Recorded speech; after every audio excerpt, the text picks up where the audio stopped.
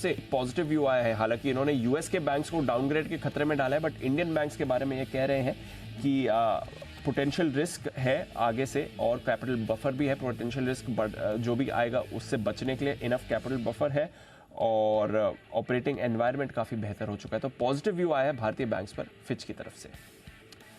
Railway stocks रहेंगे focus में, और यहाँ पर खबर आई है कि कैबिनेट ने भारत सरकार की कैबिनेट ने 7 मल्टी ट्रैकिंग प्रोजेक्ट्स को दे दी है मंजूरी। अब कल बाजार के दौरान इसकी बातें चल रही थी, लेकिन बाजार बंद होने के बाद ये ऑफिशियल अनाउंसमेंट आ चुका है सरकार की तरफ से। इन सारे प्रोजेक्ट्स पर कुल मिलाकर 32,500 करोड़ का बड़ा खर्चा किया जाएगा। सारे प्रोजेक्ट्स केंद्र सरकार फंड करेगी। 9 राज्यों में ये प्रोजेक्ट्स होंगे, और कुल मिलाकर 2340 किलोमीटर के आसपास मौजूदा नेटवर्क बढ़ाया जाएगा। तो बड़े ऑर्डर्स रेलवे के लिए आते दिखे दीप, इसीलिए बार बार हम लगातार करें रेलवे में वही हो रहा है जो डिफेंस में हो रहा है। करेक्ट। हाँ, और वही चीज़ रेलवे स्टॉक्स आपको दिखा रहे हैं। तो रेलवे की स्टोरी 1 साल से, हम 1.5 साल से यही बात करें, जो चीज़ आपको डिफेंस में अब रेलवे में देखो 32,000 करोड़ के ऑर्डर, बड़े ऑर्डर से। बिल्कुल सर। और एक और रेलवे स्टॉक जो आपके भी रेडार पर था और एक्टिवली आपने कहा भी था इसके बारे में, बाजार के भी रेडार पर रहा है, वो है IRFC। सुनने में आ रहा है कि सरकार IRFC में ऑफर फॉर सेल के जरिए हिस्सा बेच सकती है। सरकार की करीब 86.4% हिस्सेदारी है, तो बड़ा हिस्सा है जो सरकार को बेचना है। ऑफर फॉर सेल आ सकता है IRFC के लिए। ओके। रामकृष्ण फोर्जिंग, अभी भी खबर आई है सुबह सुबह, European original equipment manufacturer OEM से इन्हें मिला है 145 करोड़ रुपए का ऑर्डर।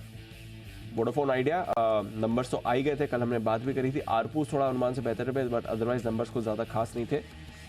मैनेजमेंट की कॉन कॉल हुई थी और वहां से कुछ इंपॉर्टेंट कमेंट्री निकल कर आई है।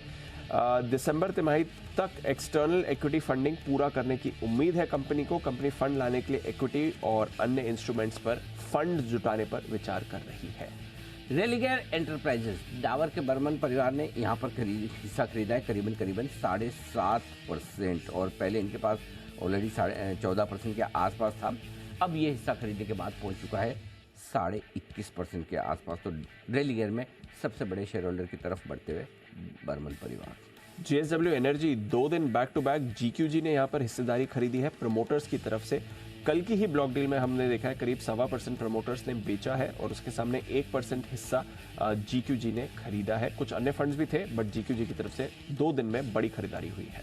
अदानी पावर यहाँ पर भी ब्लॉक डील्स होती हुई दिखी है, और GQG ही एक बड़े फंड के तौर पर यहाँ पर भी आया है। इन्होंने हिस्सेदारी खरीदी है, करीबन 8% हिस्सेदारी प्रमोटर्स ने बेची है, और लगभग 4% हिस्सा खरीदा है GQG ने।